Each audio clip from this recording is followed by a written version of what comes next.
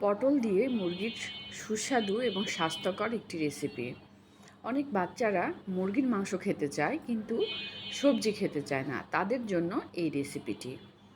Hello viewers, আসসালামু আলাইকুম। Back to আসফিস kitchen. আজ আপনাদের সাথে শেয়ার করব পটল দিয়ে মুরগির মাংসের ঝোল কিভাবে খুব সহজেই স্বাস্থ্যকরভাবে রান্না করা যায়। আসুন দেখে নিই। আজকের স্পেশাল রেসিপি তৈরি করার জন্য একটি পাত্রে আমি 3 টেবিল চামচ পরিমাণ রান্নার তেল দিয়ে দিলাম। তেল গরম হওয়ার পর এখানে দিয়ে দিচ্ছি পেঁয়াজ কুচি 4 থেকে 5টি।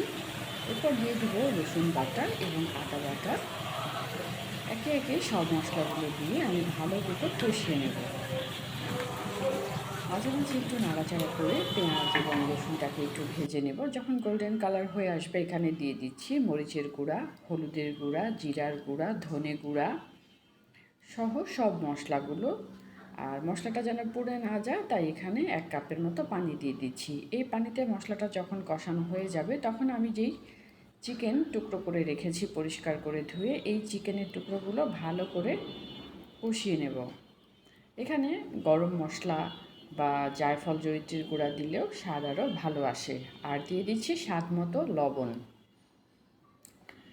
এখন যখন এই মশলাটা খুব ভালো মতো কষানো হয়ে যাবে এখানে আমি চিকেনের টুকরোগুলোকে দিয়ে কষিয়ে নিচ্ছি।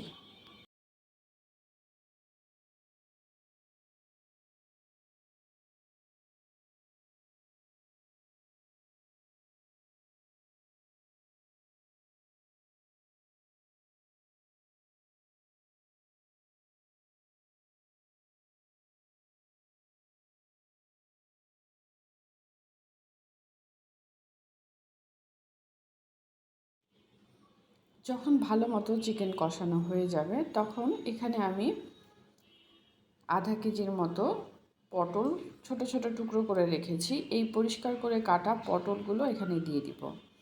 মুরগি বা গরুর মাংসের সঙ্গে এই পটল এভাবে টুকরো করে দিলে খেতে কিন্তু দারুণ মজা লাগে।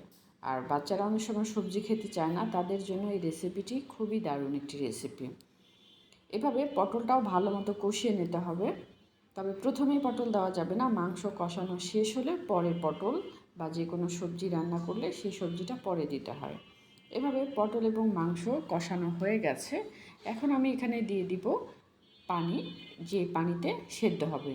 গরম পানি দিলে খুব ভালো হয়। আগে থেকে যদি গরম পানি করে রাখা থাকে, গরম পানিতে আমরা এই মাংস সেদ্ধ করে নেব, যার জন্য আমাদের 15 থেকে 20 মিনিট সময় লাগবে। হাই হিটে এভাবে সিদ্ধ করে নেওয়ার পর যখন অনেকটা মাখা মাখা হয়ে আসবে তখন আমরা চুলাটা বন্ধ করে নামিয়ে নেব।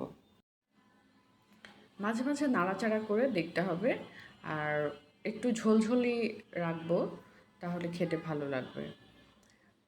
এটা রোগীর পথ্য হিসেবেও আপনারা ব্যবহার করতে পারেন, অথবা প্রচণ্ড গরমে রিচ ফুড যারা অ্যাভয়েড করতে চান তারাও এই রেসিপিটি ট্রাই করতে পারেন। খুব সহজেই রেডি হয়ে গেল সুস্বাদু পটল দিয়ে মুরগির মাংস। এইভাবে মুরগির মাংস দিয়ে রান্না করে গরম গরম ভাত বা পোলাওয়ের সাথে খেতে দারুণ মজা লাগবে। ভিডিওটি কেমন হয়েছে কমেন্ট বক্সে জানাবেন। দেশ বিদেশের বিভিন্ন ধরনের নতুন নতুন রান্না দেখতে চোখ রাখুন আসফিস কিচেনে। আমাদের সঙ্গে থাকার জন্য এবং ভিডিওটি দেখার জন্য ধন্যবাদ।